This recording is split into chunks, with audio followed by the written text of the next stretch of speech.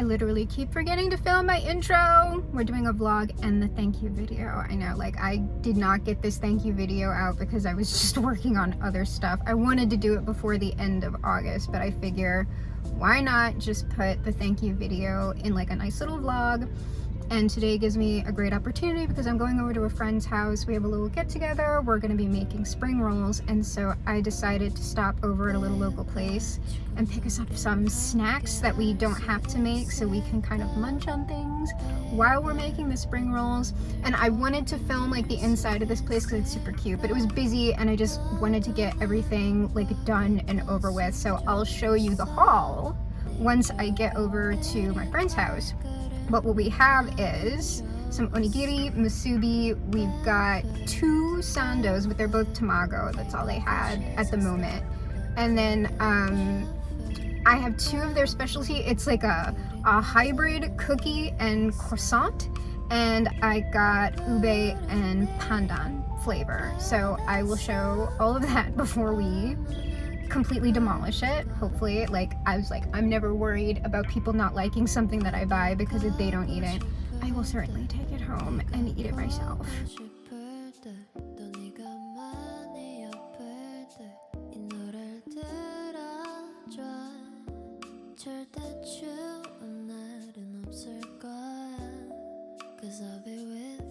Okay, so that little get together was very fun, but like it is like so much has happened between now and then. We're back in the car again because I'm getting ready to go to my hair person because we're going to a wedding tomorrow.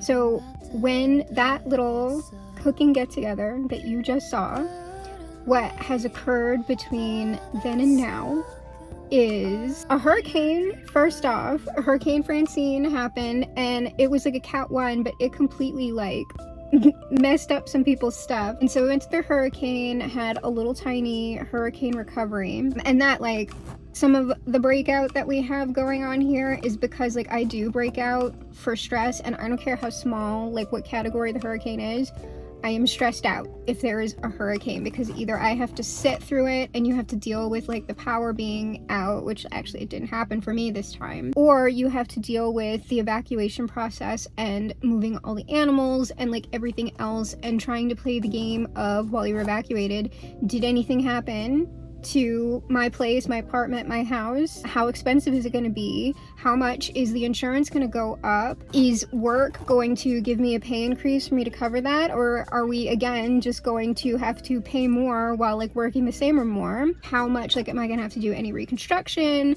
And how long is it going to be until I get to go back into the city? Because unless you are staying with family, unless you're fortunate enough to be able to stay with family and friends, it costs even more money to be outside of the city and evacuated than it is sitting here being here. And so there was no evacuation process this time, but one of my family members, their house got like completely flooded from a Cat 1 storm. Cat 1 storm is ridiculous. It's completely ridiculous. People are mad. So anyway, that all happened. And then directly after the hurricane, the weekend after, I was at a bachelorette party. It was very tame. It was very nice, but like, I'm gonna film like part of what's going on at the wedding because we're all supposed to be in costume. I don't know how that's gonna work out because they have this at an outdoor event, and so I'm just like, girl, it may be the end of September, but we're still in the 90s down south. And then one of the Mardi Gras crews that I'm in, we decided on the theme for the Halloween party, so I have to start getting the Halloween costume in order, which isn't gonna be like too arduous, but I need to make that, or like I'll try and make it like sometime this weekend. And so the big Halloween party, because there are like 3 big events a year, which is a Halloween party, the Mardi Gras event, and then a summer party. The summer party, I had actually had a vlog for that, but I ended up getting rid of it because I couldn't figure out what to do with it. But the summer party was actually like the nicest one. It's the most chill, and like the location of it was like super cute. It was super cute. It would have looked really good like as a vlog, but like I don't care about stuff like that, so I never care about like getting rid of the footage. We have the Halloween party coming up, and so that's going to be a lot of work setting that up. and working the event and being at the event, and then we go right into the holidays. That goes through Mardi Gras, and the Mardi Gras events, I'm in another crew this year, and so there's like a chance that I'm gonna be doing 2 large Mardi Gras events this year, as well as the second crew has their own like fundraisers and parties that are going on year round that we have to work at and like participate in. So all of that is starting up. So like things are already like building up like throughout November and December, and then I was like, okay, well after the Halloween party I'll like take a little break, and like during like the first part of October, like I'll be able to take over. And then like someone contacted me, who's like, hey, do you want to go to this event? And I'm kind of like, yeah, we do, like because it's a separate, like there are 2 like separate like social circles, and I vibe way more with like the just because it's smaller, and like I do, like even though everybody's super cool like in all of the Mardi Gras crews and everything, it's like it's overwhelming for me to be dealing with like that many people usually. We're at the hair, we're getting the hair done, and then like that, like this is all from, I have never had problems with my skin in my life, but what's going on is that this is like a reaction to sweating. It's because I jog, and now that I can jog for much longer, and I do sweat a lot, like when I do cardio, the amount of time that the sweat is staying on my face, because like after I jog, I immediately go and like take my shower and like wash my face with the specialty like cleanser and everything else, and it was still like, no, like you're like you are breaking out, like you can do whatever you want, but we're still gonna break you out. And so I started looking up online things that I could do, and I was like, well, let's see if any of this works before I schedule an appointment with the dermatologist. So this is actually calming down, but I like just got this salicylic acid gel to clear up what I already have, and then I have another like different toner cleanser, like hopefully like once this calms down a little bit more, that I'll switch from that gel like just to the cleanser and see how that works out. And then what I also did was I got some like sweatbands, because I was just like, is it really like will a sweatband really help? Because I was seeing like other people were saying that they were like, oh no, you gotta wear like a sweatband or a hat. I did not realize exactly, because I thought, because when I'm done jogging I'll like have like, I'm like drenched, okay, and so I'm like thinking like, well, my whole body is sweating, right, like it's coming from everywhere. No, like most, like all of it's pretty much coming from like my head, the top of my head, so it's pouring down this way. And so like now I took off the little bands that I got like for the last couple of days, and they were like disgusting. I was just like, oh my god, okay, so everything's apparently coming from my big fat head. And so, and so I'm seeing like now that I'm like not allowing like so much sweat to get onto my face, we're gonna see how this goes for like the next couple of weeks, because today, probably through Monday, I'm gonna be taking like a jogging break, because I've also been doing, it's like every single day that I'm doing it, so it's every single day that like I am doing the wear and tear on my face, and it's getting like just irritated and nasty. And so we're gonna see how things go with the process that I have now and with the break, because what I might do is, if it's like still like super bad, I might take like, don't know that I want to take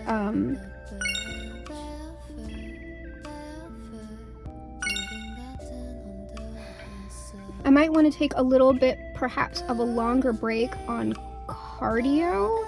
I might not do that until after the Halloween event though, because that was my plan anyway. After the Halloween event, I was gonna take like a workout intensity break, and so if the skin hasn't like adjusted after the Halloween event, I'm gonna take like a solid 2 weeks off to just like relax and like do skincare and see if that does anything. And if that doesn't do anything, then I'm gonna have to go see a dermatologist, because like it's more than I need something more than what you can get at the drugstore at that point. I've exhausted all of my options, and it's not that big of a deal, but it is like aggravating, because like I know if I also try to put like makeup on, it's like it's gonna make it worse. Like I just can't, like, and that's been a thing. Like I cannot wear makeup every day like some people do and have my skin be okay.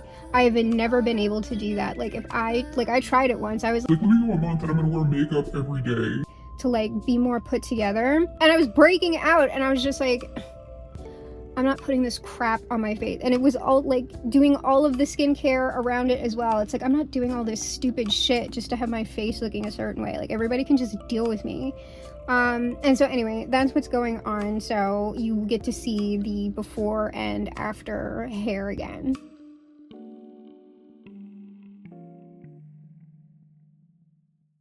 Okay, so we are the day after from the salon. I don't know if I have any footage of like the direct after, but obviously you can see the hair and the blowout and everything else. It's not really in good lighting. It looks much redder in the light, and I think we're staying kind of like this for the next session.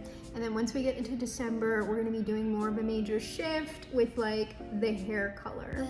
And then if I like it, we're gonna do like something else in the new year that I'm kind of like, I'm excited about, but I'm also like, it's expensive, like it's expensive. And like when you do stuff to your hair like that, you have to like be able to keep up with it, and it's an investment. And I'm always just kind of like, look,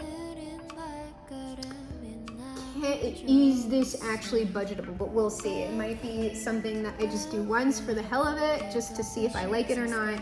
And then, you know, you can always just go back to something a little bit more reasonable, and, you know, that sort of a thing. But the reason why I did not film the after, first of all, I was at the salon. I was there literally from like 11 to like 5. Like usually it's like an all day affair, for the most part, unless we're just doing like a little bit of like touch up or whatever. But typically I just take the whole day off if it's a weekday, and we just spend the day together, like, you know, doing hair and yapping and things. We get wild, we get kind of unhinged. But like by the time, like even if I like am enjoying a person's company and it's like a one-on-one thing and everything's going well, like I literally, like, my social battery is just not, it's not a lot. And so it's like by the midway point, it's sort of like I need quiet, like I need to not be engaging with people, and the person who's doing my hair is like very much like way more like extroverted than me. So I'm just like, so when I get quiet, I think like they have a tendency to think that like something's wrong, and it's just like, there's nothing wrong. I just, you know, that's just how I am. And so I was already like I was so cranky, and like I was just bent out of shape about my skin, which I'm like, let me get close up. This is like literally the day after. It's like so much better, and like here's why. Because I think, like, I'm calling it breakouts, right? These are the only true breakout that I have had, really, is just like this. Like, I still have a little star patch right here.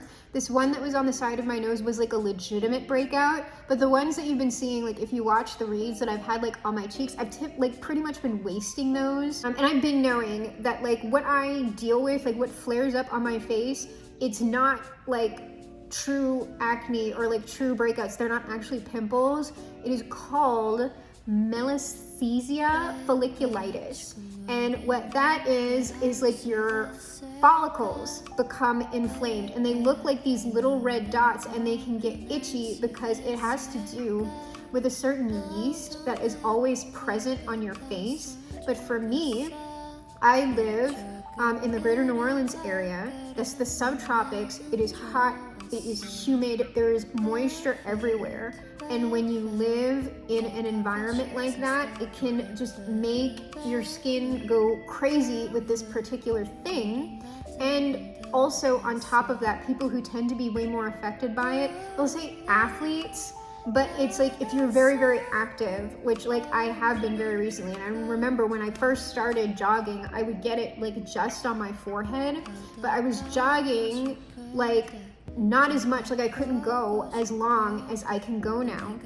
And so since I'm going for way longer now, I sweat more and it stays on my face longer. And so this time, like since I had been really consistent with my jogging, I was like just getting sweat like all the time. So it didn't matter that I was like going to shower immediately afterwards. It had already sat on my face, and like with the heat and humidity and everything down here, it was just making me flare up. And what I also always forget is like super active people in environments like this are prone to it, and also immunocompromised people. And I always conveniently forget that I am like immunocompromised because it doesn't impact my life like all that much. But then when I start like looking into it, because like when I couldn't get this to calm down, I started looking at more videos because I knew what it was. And the thing is, I had been washing my face, like one of the, like the big thing that if it is melasthesia folliculitis and not like true acne or something that you need to go to the dermatologist for, the only thing that you really have to do is wash your face with Nizoral. It's a dandruff shampoo. And I had been doing that, and before it was taking care of it fine, but like this time around, it's just like my whole face was going crazy, even when I was washing with the shampoo. So I was like really stressed out because I don't really have problem skin like at all. And I was just like, I know the thing that is making this bad is the exercise that I'm doing. And so I was feeling very just like dejected by the whole thing. And so I had done more research while I was sitting there and my hair was processing. And what has like been where, first of all, I added a salicylic acid, like I said that yesterday, like I added like I have a gel thing, but I also like started doing the toner today like with it. And then I'm also gonna end up getting a niacinamide serum to use that.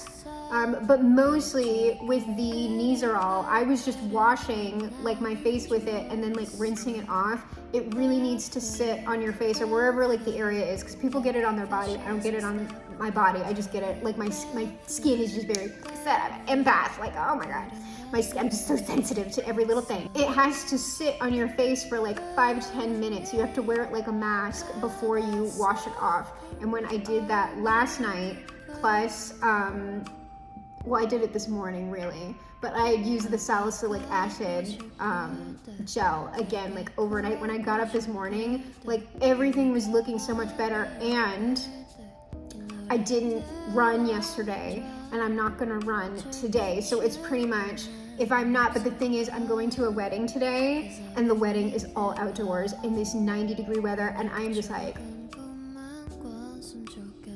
and it's supposed to be a costume event. I am wearing my costume, and so you'll see it. I'll show you, and I'm going to show you with the shoes that I wanted to wear with it, but like I'm actually going to be wearing a separate set of shoes at the actual event. But there's another little costume event at a local like witchy shop. They're doing a grand opening of another witchy shop locally, and they're having a costume social for the grand opening, so I'll wear the shoes and everything at that event. So they wouldn't have completely gone to waste, because there's no way I could repurpose these shoes for anything other than like a costume. So that is what we have going on today. I'm happy that my skin has kind of calmed down, because I was so upset yesterday. I was just like, dude, I don't like this. Because the thing is, it's itchy as well, like to treat it. When you're putting like all this stuff on it, it's like your face is super itchy. Because it's like reacting to everything, and I'm just like, oh, it's terrible. And so I also have, when I start like, at least now I know, right? If things get like kind of unbearable with like the skin reactions, despite everything that I'm doing, when I start running again, I just have to take a break from jogging and like working out and just let the face calm down, like maybe just like for events or whatever, for like I'm just feeling too like gross. Or like technically, like that's the type of thing where you do go to the dermatologist and they can give you, like you need a prescription. There's like an oral medication for if it's super chronic and won't go away. And it's like, of course you don't want to stop working out. But it really only takes like a couple of days. So I'm hoping that with my sweatbands, and I'm also going to have little, like either cleansing wipes or little like towels that like have not mint oil, because you don't want to put oil on your face with like this stuff. So like maybe I'll make some like mint water or something and put some little hand towels in there, put them in the freezer. And so when I jog over there on the treadmill, because I'm jogging inside, I'm not even jogging outdoors right now because it's just been too hot this summer. I'm still sweating like a nightmare. Have those little like frozen towels, have one of them like on the little, there's like a little shelf on the little treadmill that you can put like your phone on and stuff. And I'll just keep the little towel there, and every so often, even with the sweatband, just like wipe the face off, like cool your face down. And hopefully maybe that like that, and maybe like don't run every single day, or like something where we're just like giving the skin like a break from all the sweating and everything else. So hopefully we have a fun little wedding event. I'm going to stop at the friend's house that is going with me to the event, and then we are going to carpool over there together.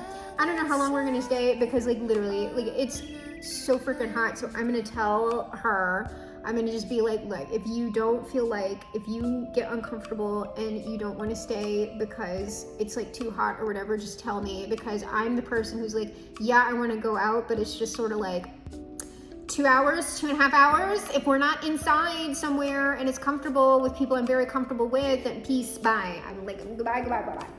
3 hours tends to be my tops for outings, and then I'm tired and I want to go.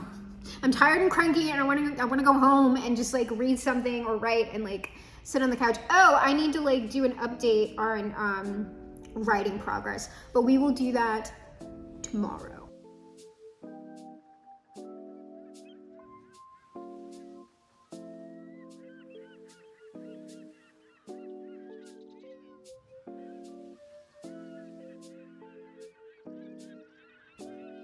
So yeah, these are the shoes that I can't wear, and obviously they're not going to be repurposed for anything other than a costume, considering, you know, I don't work at the club. But I suppose if there was an event that had like, you know, a really long gown that really doesn't show the shoe all that much, or like I said, a costume or a club type event, we could bring them to that.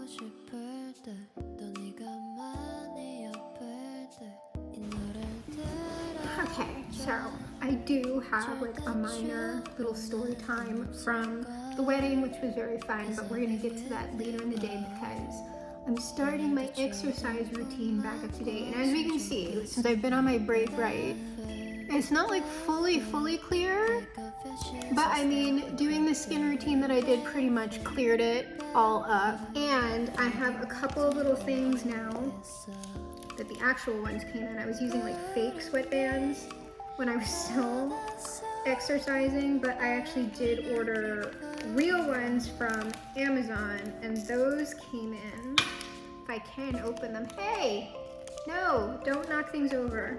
Misha's back there. Misha, I actually do need scissors. Oh, no, Dad.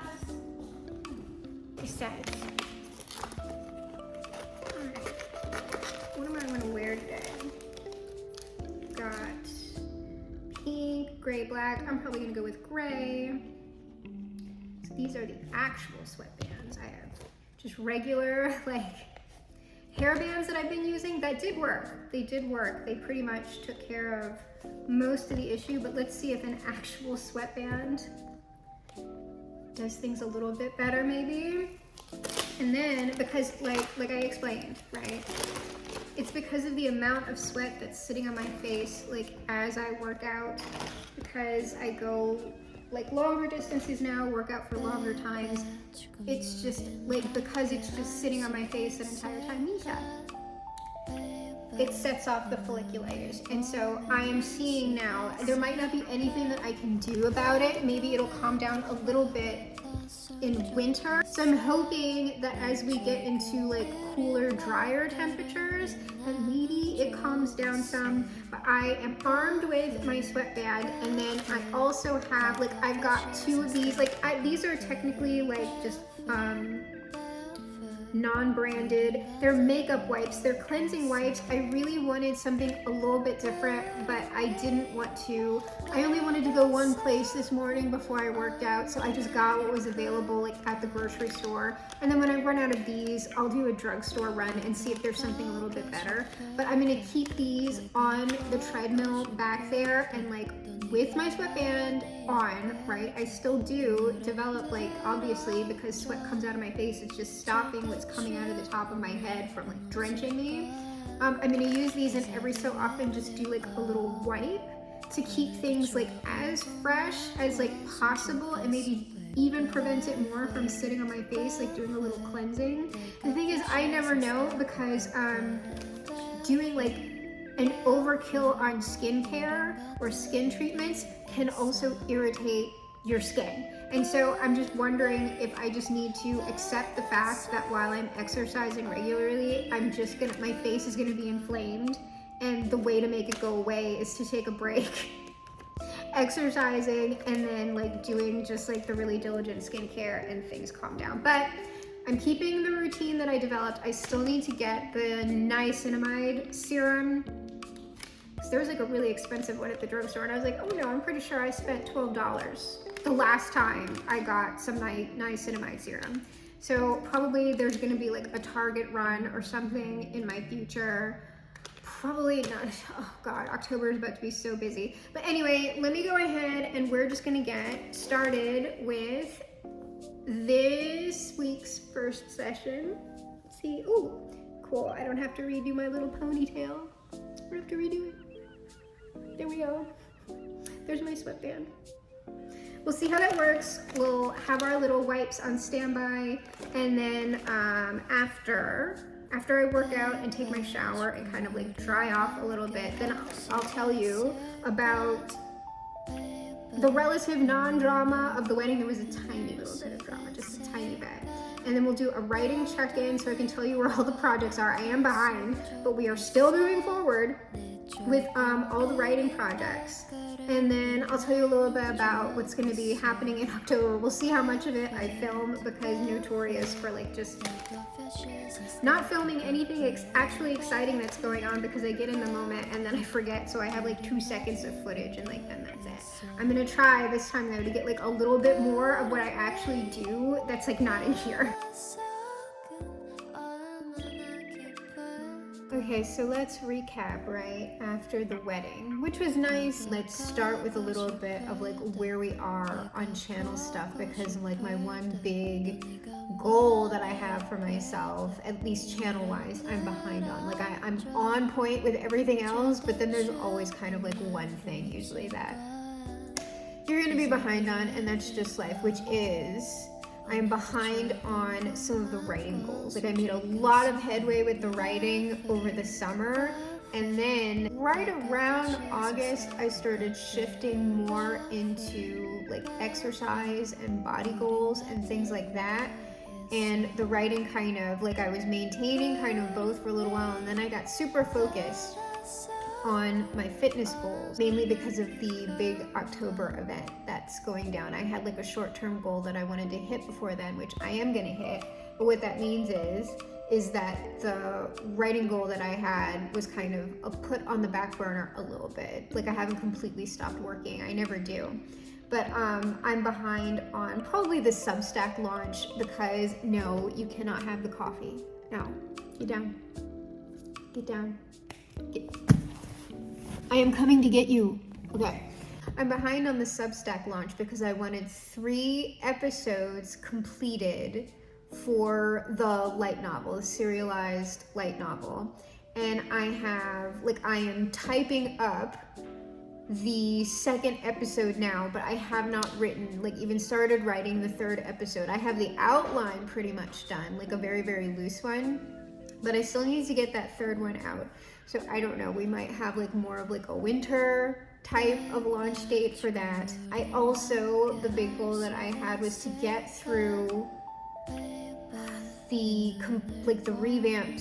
revamp edits, like when I was completely changing the that dark romantasy novel that I was working on, and I'm like more than halfway done, but like the writing just completely slowed down. So after, like I'm looking kind of this week to maybe, because I know that I'm going to hit my short-term goal fitness wise for the end of October, so I can ease off of some of my fitness stuff and kind of like bring back bring back the writing stuff, we can shift to more intellectual instead of physical, because some of my fitness goals are going to be calming down a little bit until the beginning of 2025 and in the ramp up to the Mardi Gras season, because that's another big, like that's when like a lot of social stuff is going on. And then I have my first major short-term fitness goals, like the major milestone is going to be like June 1st, 2025. So there are going to be periods where I'm going back and forth. So for now, I mean, things are getting done. Things are getting done, but I mean, I never get things done as quickly as I would like to. I never do. I'm so bad at managing, not really managing my time, but like understanding what is a reasonable and an unreasonable expectation to complete certain work, at least with the amount of work that I have to do right now. So a YouTube channel, social engagements, family engagements, fitness engagements, and then also a 9-to-5 job. That's a lot. And so with all of that, it's sort of like you can't really make very strong headway into something, manifesting something, accomplishing a particular goal, unless you're investing a decent amount of energy and labor into it, if the thing actually needs labor to accomplish it. And so unless you are extremely wealthy and you don't really have to work except on things that you would prefer to work on, it's this constant sort of shifting your focus to like, what's the priority? Typically, the priority is going to be, what is paying my bills, right? And so that's where like, and I don't like, I'm lucky enough to where I know when the high volume periods of my 9-to-5 job are, and that's typically also like the biggest one is in the summer. But when we're not at a high volume time, like sometimes we can have something a little spontaneous where that happens, but when we're not in like a high volume time, like things are very manageable. I don't have to put anything by the wayside to completely focus on work, except for like a period in the summer. It's typically when we're coming up on the end of the fiscal year. But so with that, there's only so much time and attention you can put into anything. And that goes even more so if you have a marriage or like some sort of relationship that you're investing a lot into, and if you have children as well. And I don't know that I would say I'm fortunate not to have any of those things also taking up my time. But I mean, I'm sure for the people out there who do have relationships and children, then that's something that you very much want. But I would say that if you also, outside of your relationships and family, have goals that you would very much like to meet, and you're kind of maybe running yourself down for not like being exactly on schedule with it, like being perfect. It's sort of like, I don't know how many people are really doing that, and the people who make a lot of noise about doing that, I notice, are the people who have a lot of other people working for them. They have a lot, like, and they have, you know, under capitalism, the capital to do so. They have the seed capital to do that, and they usually also have some sort of familial intergenerational wealth supporting them. That's not everybody. And so if you're not one of those people, I would say, you know, obviously don't cheat yourself, right? Like if you're being lazy about something, then understand, like, this is a choice that I'm making. But for the most part, people aren't being lazy. They already just have a whole bunch of work and commitment and responsibilities. And then after all of that is done, how much energy really is there? Because you also have to prioritize rest. So anyway, that's where things like are for channel goals that I have. And I still have decks that I want to put out that are kind of less the priority for me right now, but they're still on my mind. And that's sort of like, it's gonna happen when it's gonna happen.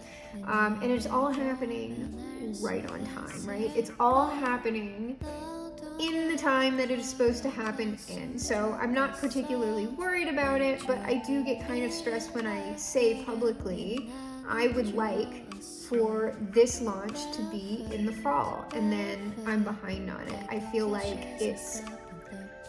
not as strong as a break of trust, but it is sort of like, it's not non-committal energy either, because it's not that I didn't put effort in. But it's sort of like one of the things, if you have a YouTube channel and you respect the people's time and attention that are watching your YouTubes, then, I mean, if you say you're going to do something and then you don't do it, like, what kind of relationship are you, even a parasocial relationship, okay, a completely valid one to have over social media. If you're saying that you're going to do this thing and then that thing does not happen, that's communicating something to your audience, right? It's communicating something to the people who are investing time and attention into you. So, I mean, I think there are reasonable standards for that, like how much of it is a pattern, like how many times like has someone like dipped on you, and how egregious is the offense. And the egregiousness of the offense for me is something that's a pattern. It's something that maybe there's no communication about.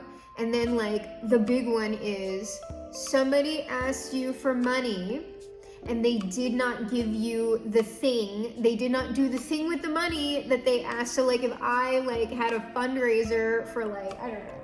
So let's say something was wrong with Misha back there. And I was like, oh, I need this money. Could you please give me money to help Misha, like, have an attitude adjustment? And then I, in fact, went and bought a Fendi bag, okay? And Misha is still the same Misha. That would kind of be a way more egregious act. So, I don't know, I'm just thinking about all that sort of stuff because, you know, if you are a magician, right, if you want to become better at manifesting, you don't really need big rituals unless, you know, you're doing something very specific. You don't really need a lot of hocus pocus and all these different techniques. All you need to do is do what you say. Mean what you say and do what you say.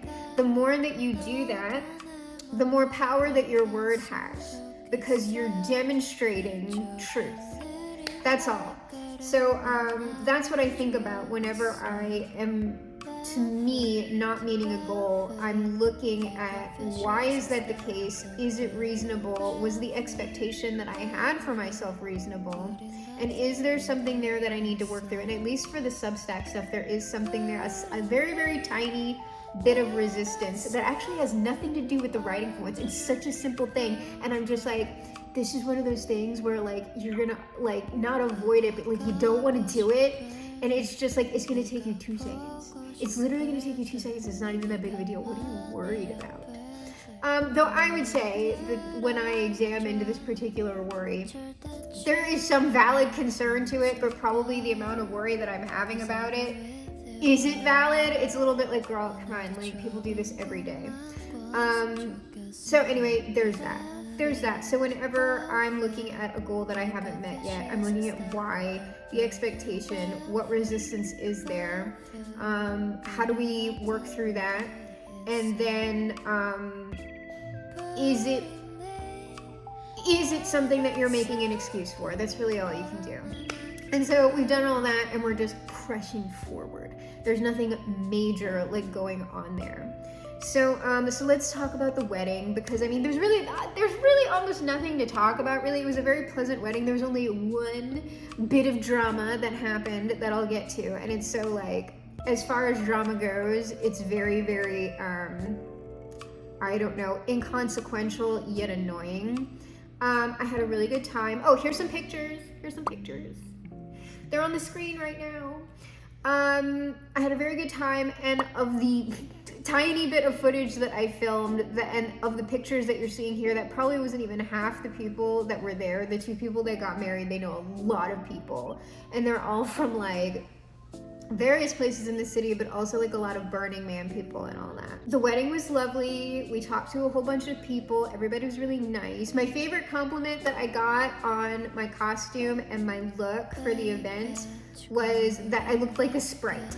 Somebody came up to me and was like, Allison, you look like a Sprite today. And I was just like, oh, that's so cute.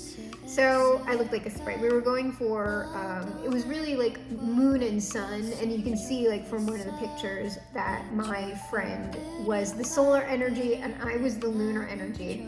But really, like with the little halo, it was giving more star. I'm a star.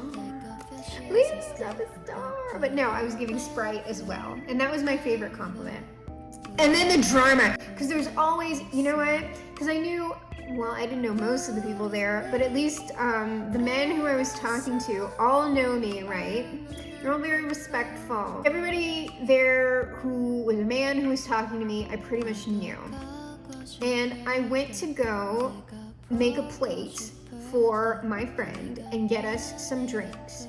And while I was standing in line to get these drinks, so like the line went way back, but the thing is you could walk around the line and you could, there were like gaps in it. Like what I'm trying to establish is there was no reason for this man to do what he did, which was come up behind me, like move through the line, come up behind me and literally like grab me. He put his arm like around like the backside and also like right here, so he was touching right here, and it happened real quick, right? But it was like a bear hug. This man was huge. This man could have picked me up and threw me like across the venue, okay? And so I was just sitting there and I was like, that was the most unnecessary thing. And it so aggravates me when a man decides he's gonna do that, right? And this man did not know me. And like if I tried to do anything about the situation, I would have looked like a crazy person.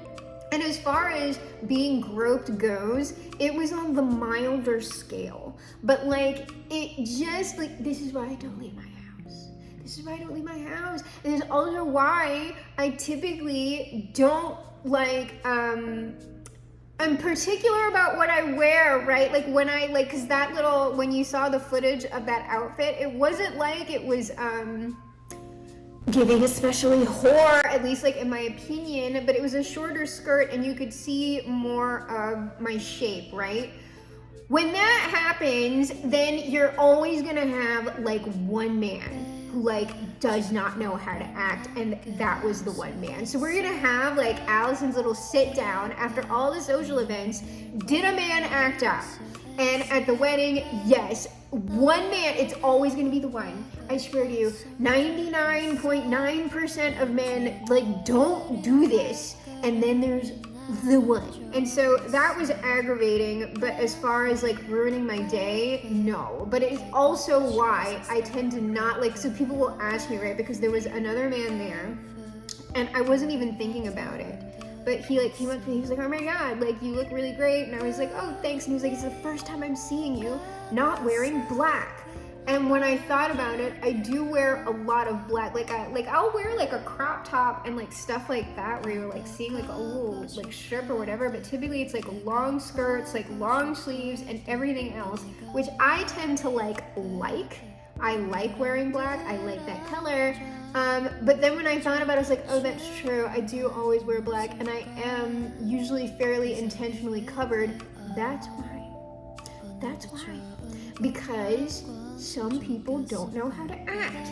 And despite being, I don't know, I'm probably more aggressive personality-wise than like some women are.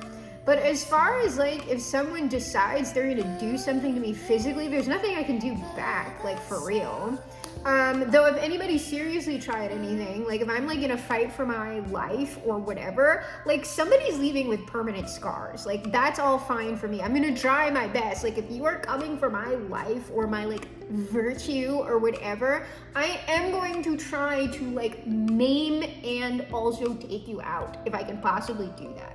If I can stop the thing from happening, I will. If I can't stop the thing from happening, you're not leaving without a mark on you. You're not I'm gonna take fingers. I'm gonna take things that I promise you would prefer to be where they are. So like that's why typically people don't mess with me, because most men, like when you're serious about that kind of thing, can sense it.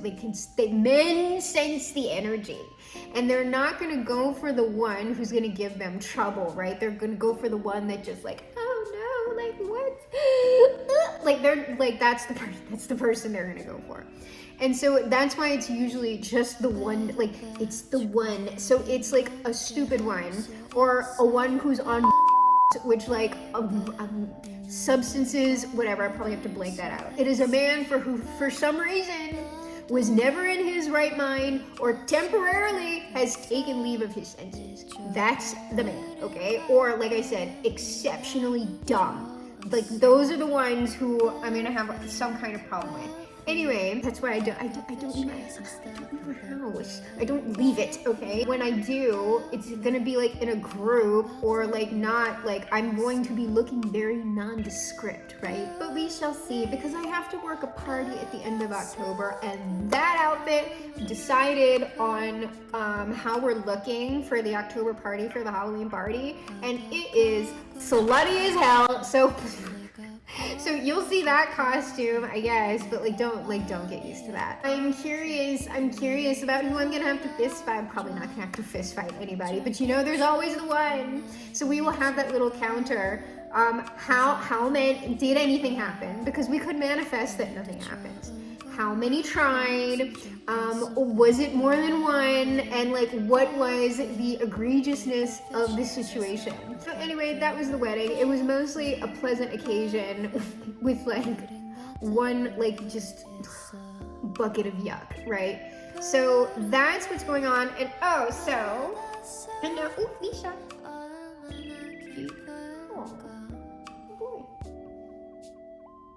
Just back there minding his own business.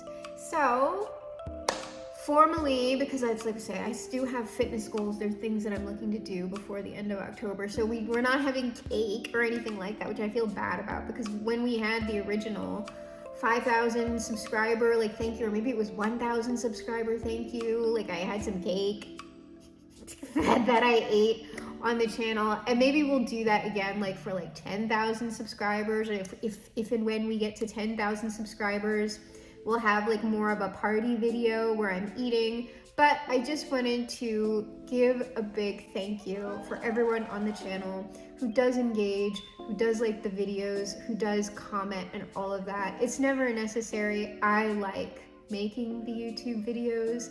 I like putting messages out there. And so it's always pleasant to me to receive energy back for something that I like doing anyway. And so I did want to thank you for it. I love that people are receiving some benefit from the goofy videos that I put out onto the internet. Hopefully it is supporting you in some way. And an extra big thank you to all of the people who donated to the little fundraiser drive that I did for Atlas and his family, because I think like that's really like the mega happy outcome, where we are financially, in this case, supporting an individual who really needs it for their kid, for a survival scenario. And then at the end of that, to have that person not only benefiting and supported by the larger community, but then also using that support to find, like, having the room to find another job, so then they no longer need that support. And that's sort of like, to me, what it's all about. Unless we're in extreme cases where someone actually cannot work, they actually cannot take care of themselves due to disability, illness, and whatever, and they need long-term support. It's why I hold the politics that I do. It's why I'm usually pushing for increased access, increased funding on something that's, not the military or whatever, increased funding for education, increased funding for social programs and things like that, so that these sorts of burdens aren't left to the individual. And people on YouTube, like, soliciting donation, it's not that I hate that. Of course, I want to help where I can, but to me, it's sort of like, well, why is it actually left to the individual when we have all of these corporations and like entities and all this stuff, right? Let me not, because I'll start popping off for like 10 hours about capitalist oligarch control. But really, thank you, because it's incredibly gratifying to be able to tangibly help even one person. one person, and the fact that y'all did give money, like, I know we did it in the best way possible, where we had the contact information where you could, you know, make sure that people weren't trying to scam you before you gave money. But essentially, you're trusting somebody on the internet with finances to be telling you the truth. And so that always blows my mind when people are willing to do that for somebody. And it also kind of was a wake-up call to me, because I kind of went into that going, oh, well, I'll put it out there, but you know, like, people all have their own problems, and probably nothing's really gonna come of that. And then when Atlas contacted me and said that, like, y'all had actually donated a great deal to him, I was just like, oh, okay, that's like a head check. We need to be very, very intentional about what we are asking people to do. And I always say, like, I love community generosity, right? But always remember, when somebody is asking you to donate to something, to pay for something, whatever, over the internet, right? Always think twice about it, maybe think 3 times about it. Ask yourself if you in fact need that money for something, even if I or somebody else thinks that whatever it is going for a good cause. So anyway, it's a big thank you. And we have our one question, the Q&A, and I'm going to put more of that out there a few times a year or as the channel grows, because most people are just here like for the message, for the tarot messages. Way less people are watching like the vlogs, which is completely normal. And so it didn't surprise, well, it surprised me a lot. I was just like, I wonder if anybody's going to actually have any questions, because when I say like questions, I'm talking about like personal questions about me, and like, really, who the hell cares unless you're like really, really invested in something that I'm doing personally, which really isn't so much. It's just kind of like, I'm vibing.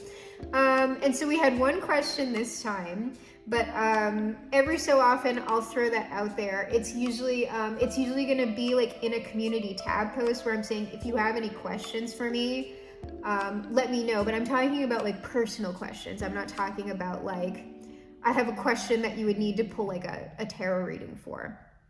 But I'll have like more stuff out there for that, just in case like anybody has questions. Maybe they might have like channel lore questions and stuff about that wasn't covered by a recap.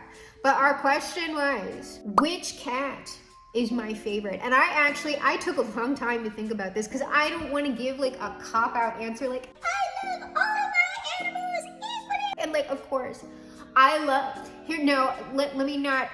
The truth is, I hate all of them, and it was a mistake to bring them. It was a mistake.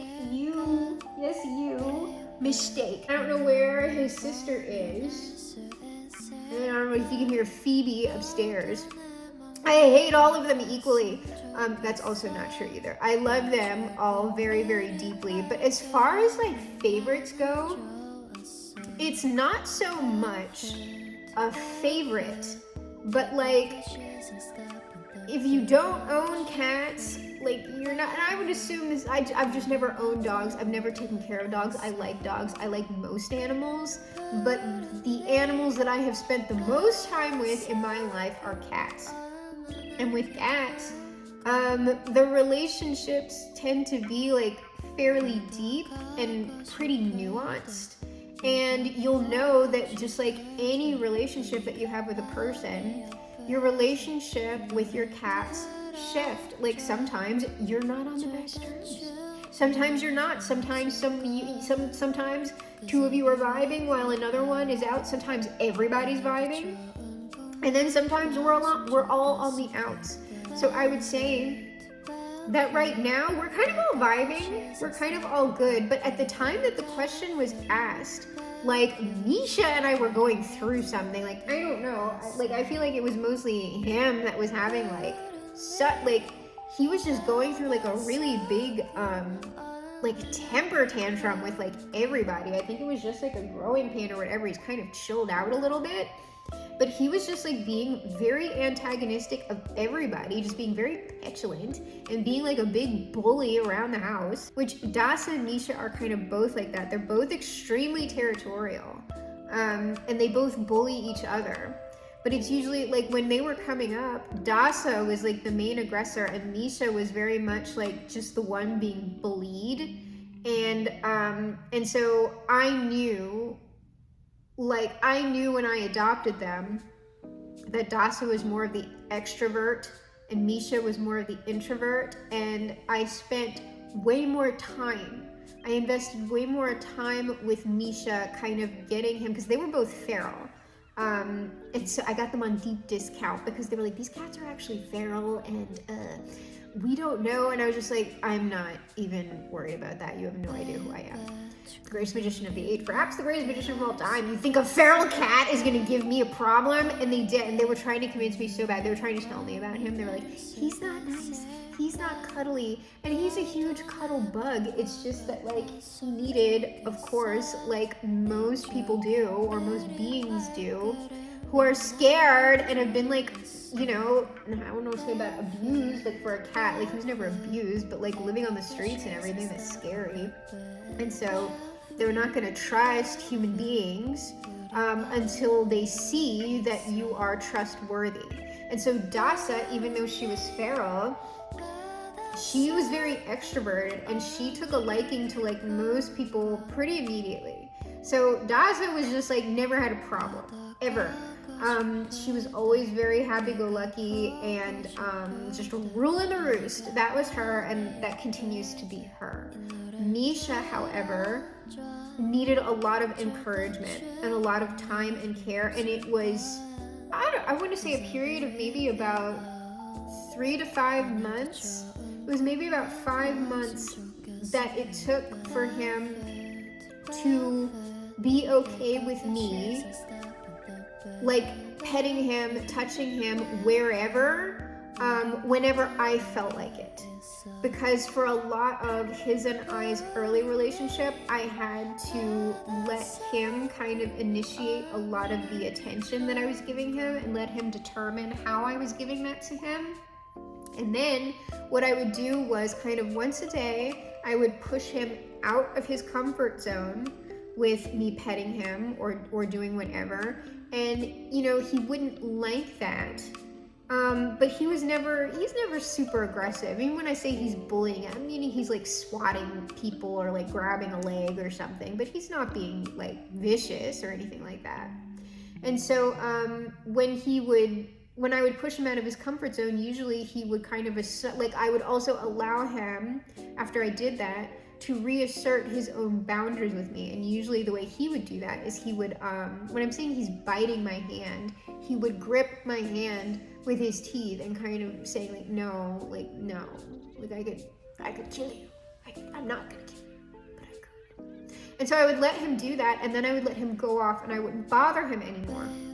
And like through that sort of a process, eventually the last place that he was okay with me petting him of my own accord was his head. He really, he did not like me reaching for his head. And so once we crossed that barrier, it was sort of like the transformation is complete, okay? And now I can pretty much do whatever with Misha. And as long as he feels okay with the person, he's the one that takes a little bit longer to warm up to people. Because Dasa just loves attention. She loves attention from anyone and everyone. Misha, it takes a little bit longer because he's more cautious. And so, it's only, there's some times where he'll kind of go back, no, I don't want my head touched, because he gets in moods. He gets into funks, because he's so moody. He's so moody. He just sits back there. And so, like I said, when the question was asked, I was on better terms with Dasa, because I'm usually never on bad terms with Dasa. It's just about she's more about I'm doing whatever I want, and I just kind of don't care that she acts that way. And so the only time that I'm on bad terms with Dasa is when it's kind of after she's been to the vet. It's when I have forced her to do something that she does not. Well, you can't force Dasa to do anything. And when I actually have to do that, when I actually have to assert dominance over her, oh, I hate it. It's awful because it's so not her nature, and I do not like reminding her that I'm bigger and stronger than her, essentially, because she's so willful, and I love that about her. And so I when that happens, she'll look at you I can't believe you're doing this to me. and it's like, oh my God. Like she literally, like the look that she gets, it's like this depressed, like scared little look. And I'm just like, oh my God, I am the worst person on earth. But it is literally to take her to the vet so she doesn't get sick. And it is also to evacuate her out of hurricanes so she doesn't die. And so it's like, in those rare circumstances, we just have, I'm sorry, Dasa, but like you must bend to my will. And I try to do it like gently, and it's just like, you can't. You just have to grab her and just have to snatch her up, and like that's just shove her into the cage. She gets upset, tries to run away. I hate trying to corral them into their cat pens when it is time to do that. I hate that. And then of course there's Phoebe, who I don't bother and who you will probably never ever see, though you might hear sometimes. Phoebe I also love, but I just wish I really could integrate her in with the rest of the house. Ultimately, what I would love to do for Phoebe is instead, because she's in her own separate room, she's completely neurodivergent, okay? She cannot have, like she really can't have other cats around her. That's why it is how it is. And so I'm always going into her little space to spend time with her, because she is such a loving, sweet cat, but she has her own language. And if you don't understand it and you don't understand her particular signals, it just goes bad, because she will attack. She doesn't attack a lot anymore, and even when she was attacking, it was always scary because she would like lunge at you really fast. But when she would, like, she was literally like, Dasa and Misha have bitten me harder play fighting with me than Phoebe ever has, like when she like loses her shit, like she like snaps and she'll like lunge at you and bite you, but really she's just like kind of bumping her teeth against you. But she freaks out because she gets overstimulated. And so it took a little bit, it was like a trick to learn, is that she super wants attention and affection so bad, and she wants it constantly, but she cannot handle that like mentally. And so if you just go with her cues of saying, yes, I want more petting, she's gonna flip out on you, because while she does in fact want more petting, her little brain can't handle more petting. Like she can't, I don't even, like she can't have the window open if there's like lots of stuff going on outside. She can't have that. She can't have like a lot of noise around her. Like even I would go up there to spend a lot of time with her. I would bring a book. She would get upset because like there's a certain quality of a noise of a page scraping over a page upset her to death. And so that's why she is sequestered like she is. I have tried integrating these animals. Oh my God. And so what I would ultimately like eventually is to maybe like do like a catio for her, like more of an enclosure. So at least she's more, because she's like upstairs, and I do spend like a lot of time with her upstairs, but like it's sort of like I gotta leave Dasa and Misha. Like I would prefer for us all to be kind of at least in one like space. And whether that's in this house or like another place like entirely, I would like to eventually have her have like a nice little space. Like I don't even know if that's gonna work, because depending on what's going on outside, that might be too much stimulus for her to see.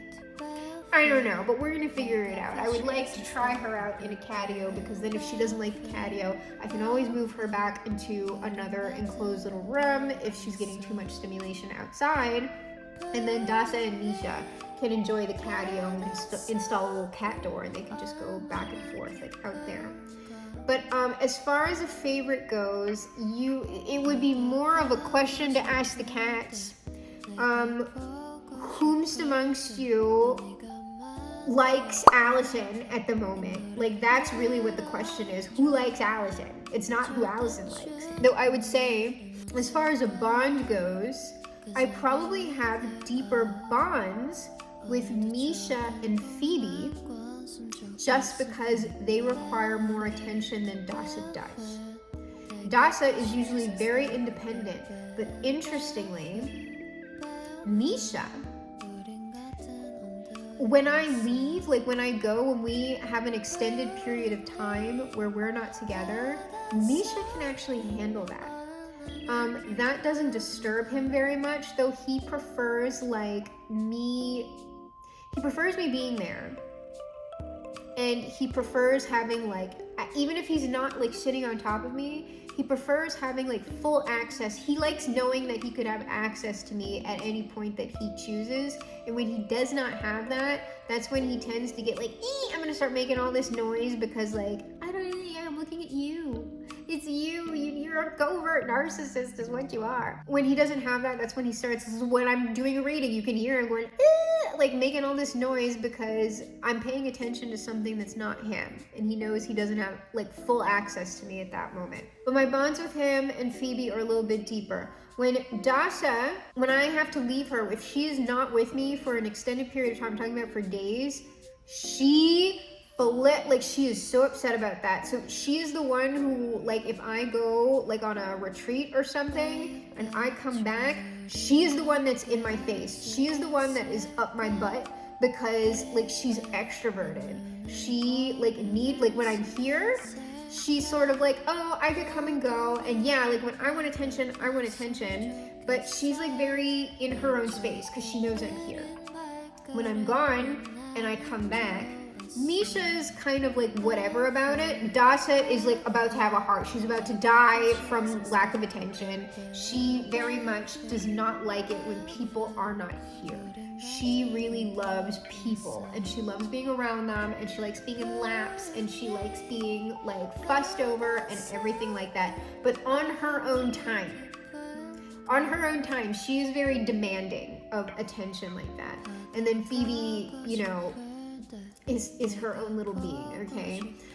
And so that's how I'm gonna answer the favoritism question. Right now, I would say both Dasha and Misha kind of equally like me at the moment. We're all doing very well. Misha's over, no, he keeps trying to drink the coffee. This man is a dump truck, a dumpster. He's a dumpster, he'll eat anything. And I gotta watch because he's not allowed to eat. And he's like looking at that coffee like, it should be mine, and it's not. So anyway, that is the answer to that question to the best that I can answer it. And it's like, I guess a favorite, it shifts. Like when someone's pissing me off, like when Misha was in his little mood and pissing me off, my favorite was Dasha because he was being a shithead.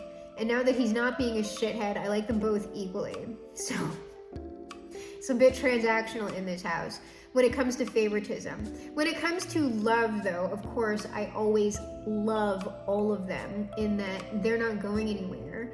I'm pretty much gonna like if something's going on with one of them, I'm going to, like, everything goes on hold until, like, the cats are okay, obviously. But that doesn't have anything to do with favoritism. I love them all because I would care for them all. And if any of them were experiencing an issue, then that's the one that's going to be getting the bulk of my attention because I love them. But who's my favorite? Depends on the day.